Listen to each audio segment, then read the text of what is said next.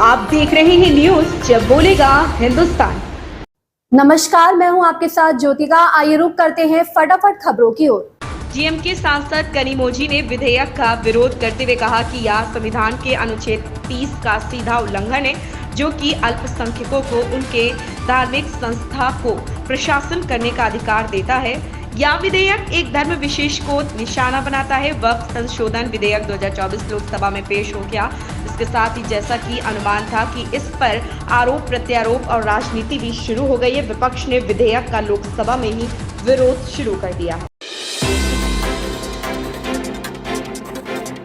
Paris Olympic में मिली निराशा के बाद पहलवान विनेश फोगाट ने संन्यास का ऐलान कर दिया। गुरुवार सुबह उन्होंने ट्वीट कर अपने इस फैसले की जानकारी दी। पेरिस ओलंपिक 2024 में कुश्ती के फाइनल से अयोग्य घोषित होने के अगले दिन दिग्गज पहलवान विनेश फोगाट ने संन्यास का ऐलान कर दिया। गुरुवार को उन्होंने अपनी मां के नाम संदेश लिखते हुए कहा कि वह हार गई। उनके इस फैसले पर उनके चाचा और कोच महावीर फोगाट ने प्रतिक्रिया दी। उन्होंने बताया कि विनेश के पेरिस से लौटने के बाद वह अपने अगले ओलंपिक के लिए मनाएंगे। पेरिस ओलंपिक से 100 ग्राम वजन ज्यादा होने से अयोग्य ठहराए जाने के बाद विनेश फोगाट ने कुश्ती से संन्यास लेने की घोषणा कर दी है। उन्होंने सोशल मीडिया प्लेटफॉर्म एक्स पर सुबह 5:17 पर पोस्ट साझा की। महावीर फोगाट ने कहा कि विनेश मानसिक रूप से टूट चुकी है और उनका प्रयास रहेगा कि विनेश को कुश्ती जारी रखने के साथ वर्ष 2028 में होने वाले ओलंपिक में भाग लेने के लिए प्रेरित करें। सपा अध्यक्ष अखिलेश यादव ने केंद्र सरकार के वक्फ बोर्ड संशोधन विधेयक पर कहा कि भाजपा रियल एस्टेट कंपनी की तरह काम कर रही। उनका मकसद रक्षा रेल नजूल लैंड की तरह जमीन बेचना। उन्होंने सोशल मीडिया साइट एक्स पर लिखा है कि वक्फ बोर्ड का ये सब संशोधन भी बस एक बहाना है। रक्षा रेल नजूल लैंड की तरह जमीन बेचना निशाना है। वक्फ बोर्ड की जमीनें डिफेंस लैंड, रेल लैंड, नजूल लैंड के बाद भाजपाइयों के लाभार्थी योजना की श्रृंखला की एक और कड़ी मात्र है। भाजपा क्यों नहीं खुलकर लिख देती। सरकार ने एक बयान जारी किया है। इस बयान में उन्होंने कहा कि सरकार के संज्ञान में यह मामला आया है। सोशल मीडिया पर वायरल एक ऑडियो क्लिप में मुख्यमंत्री की आवाज होने का झूठा दावा किया जा रहा।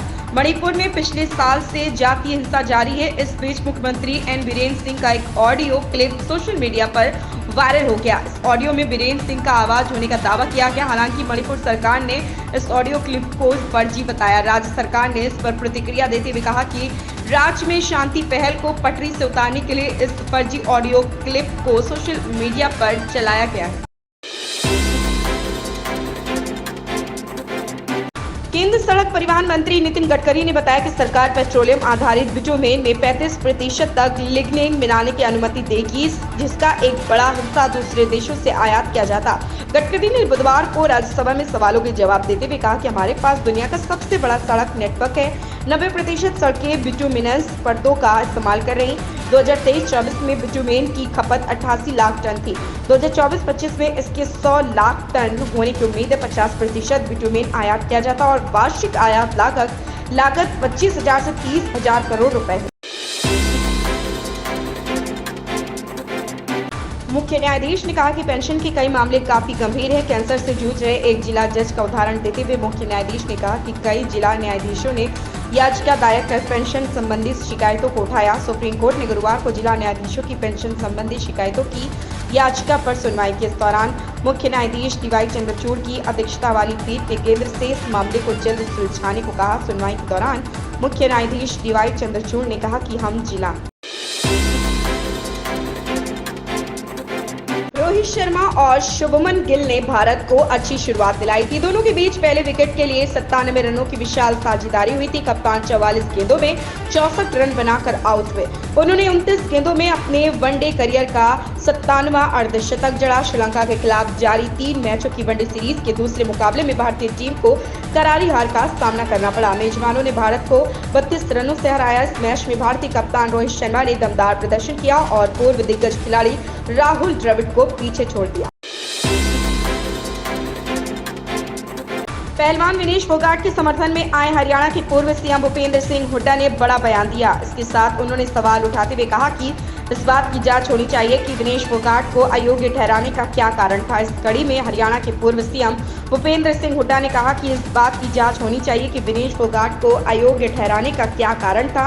उन्होंने कहा कि आज हरियाणा में एक राज्यसभा सीट खाली है, अगर मेरे पास बहुमत होता तो मैं उन्हें राज्यसभा भेज देता। नागा चैतन्य और शोभिता धुपीपाला ने सगाई कर ली है। आज 8 अगस्त को दोनों ने एक दूसरे को मंगनी की अंगूठी पहनाई। यह खुशखबरी नागा चैतन्य के पिता और सुपरस्टार नागार्जुन ने साझा की। उन्होंने सगाई की आधिकारिक सूचना देते हुए कपल को शुभकामनाएं दी, साथ ही सगाई की तस्वीरें भी फैंस के साथ साझा की। नागार्जुन ने अपने एक्स हैंडल से अपने बेटे और होने वाली बहू शोभिता की तस्वीरें साझा करते हुए लिखा है, हमें अपने बेटे नागा चैतन्य की सगाई की खबर साझा करते हुए बहुत खुशी हो रही, नागा की सगाई हो गई। इन खबरों में बस इतना ही, बने रहिए हमारे साथ।